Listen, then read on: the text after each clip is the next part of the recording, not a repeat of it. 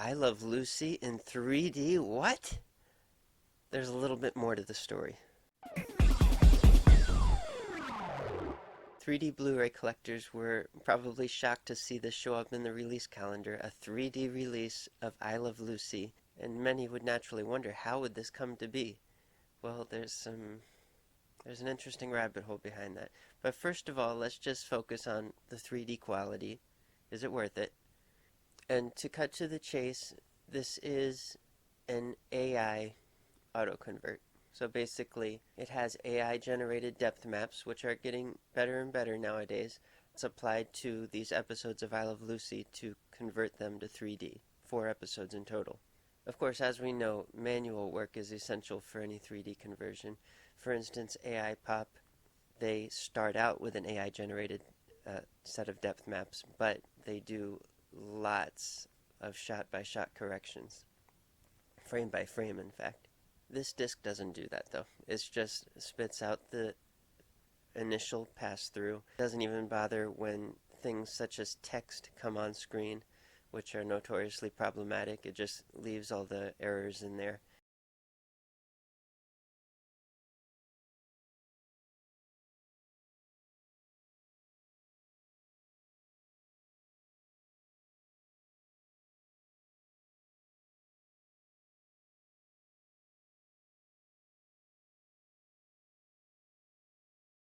And of course, the usual wobbliness you get without doing edge corrections around people, for instance.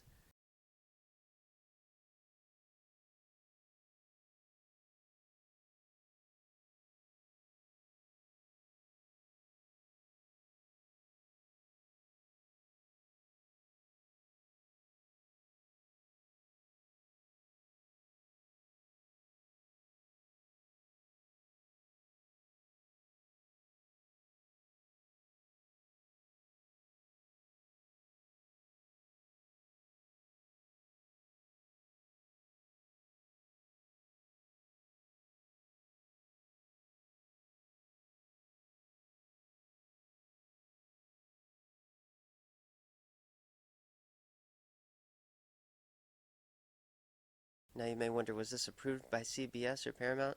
Obviously not.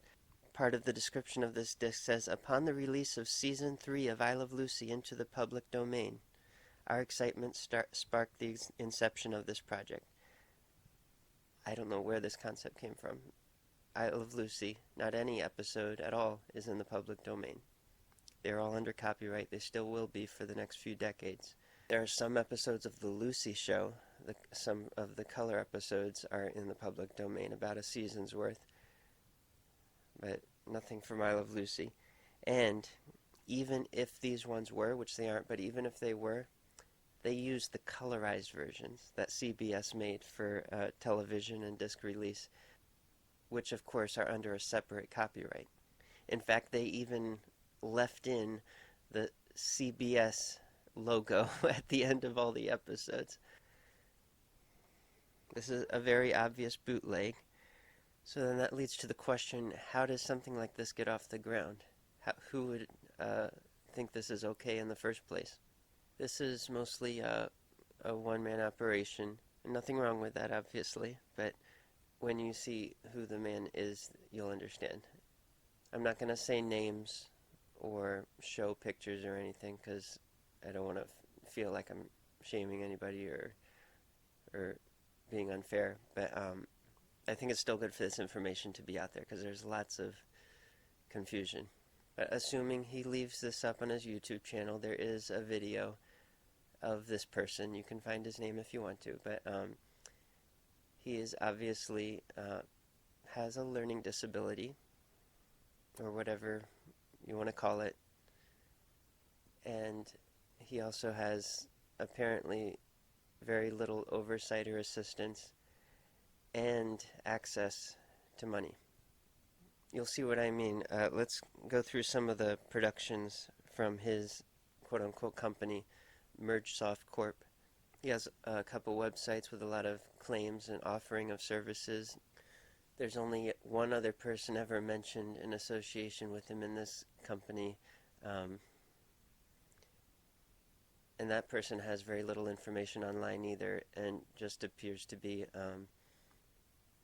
another kid who likes to do some light graphic design and doesn't really know about this enough about this stuff to keep the CEO in check. So anyway, 5 years ago, this company made a short film called Secret Life of Cars. The first one was made with paper cutouts and is about 2 minutes long, and half of that was credits. This went up to Secret Life of Cars 3 and different revisions of that. Um, and all of these were sold as Blu-rays, 3D and 2D, or at least attempted to be sold. And these were CGI, but they weren't real animation per se. They were basically models with the camera floating around.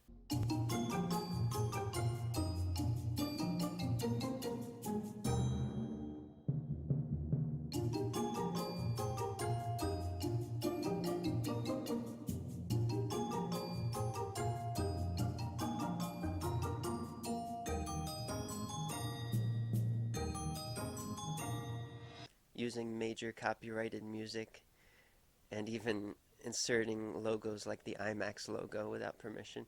And when asked about this on Blu-ray forums, he said, "I have all necessary legal permissions for all of the copyrighted work in my film. My lawyer took care of that." Now, does he actually believe that? It's quite possible. So I don't know if this is a case of two kids playing business who don't know what they're doing, or maybe even being taken advantage of. I don't know. I'm not asserting that. It's just a thought. He also did say that he spent a lot of time and money.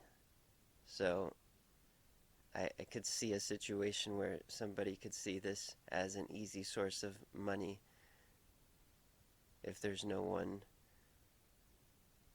around to protect him. I don't know. Evidence of money being spent on is seen in the Blu-ray authoring software, which is not just the very simple kind, but uses the advanced graphics for motion menus and menus within menus, and also rendering in Dolby Atmos. And it's still, in the case of I Love Lucy, it's still mono, but it's just dropped into a Dolby Atmos container, which doesn't do much good. And even copy protection on the discs. So lots of money is being thrown into this to package the most stereotypical of bootleg content. So anyway, after the Secret Life of Cars endeavor, we went on to release movies in converted 3D, basically just auto converts. This one I actually got used for $5 because I just had to check this out, just for the sheer curiosity of it. The Light and Sound Show. It's a 3-disc set, Blu-ray 3D, Anaglyph 3D, and 2D of a less than 25-minute short film. And all the short film is a handheld, shaky camcorder video of a model train in a room. And then it uses the frame delay 3D conversion where one eye is off, so it's unwatchable, of course. It's not real 3D, and it wiggles back and forth, and there's no actual depth, of course. Meanwhile, with copyrighted logos at the beginning, like for Blu-ray and DTS. And then he released some stock footage movies like Train Spectacular, Airplane Spectacular, Oh, for the Love of Trains.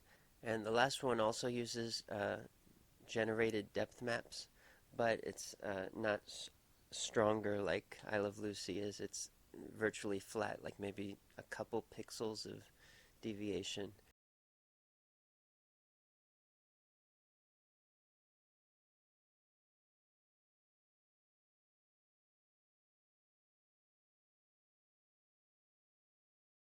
He also has apps on the App Store. Um, the apps are just repackaged versions of existing apps, basically, with his name on it and price tags that, of course, no one will pay. 1 download, 0 downloads, less than 10 downloads. And talks a big game, like talking about all his customers and all his fans and everything. And the over-the-top self-praise continues with the Isle of Lucy release. It says the meticulous restoration and authoring of this collection were undertaken by the talented so-and-so, a testament to the dedication and care poured into its production. And the listing for this Blu-ray also advertises a limited edition 3D print. You'd be excused for thinking that means a lenticular print or something like that. No. The manufacturer-on-demand manufacturer that he uses, which I'm familiar with, by default includes a single-sided paper insert in all Blu-rays. It's not even an option. So this is it. They had an anaglyph frame grab printed on that insert. So by its very definition, it's not limited edition. It's print on demand, and they didn't have a choice not to include an insert in the first place. So at least you might be excused for thinking that would increase the value if you got that, because they're charging $40 for this single thing. But no, but no, that's all it is. This is all you're getting, a single disc standard print-on-demand Blu-ray of AI Auto Converts copied straight from CBS's DVDs with no extra efforts. But now at least you know what you're getting into. All right, see you next time.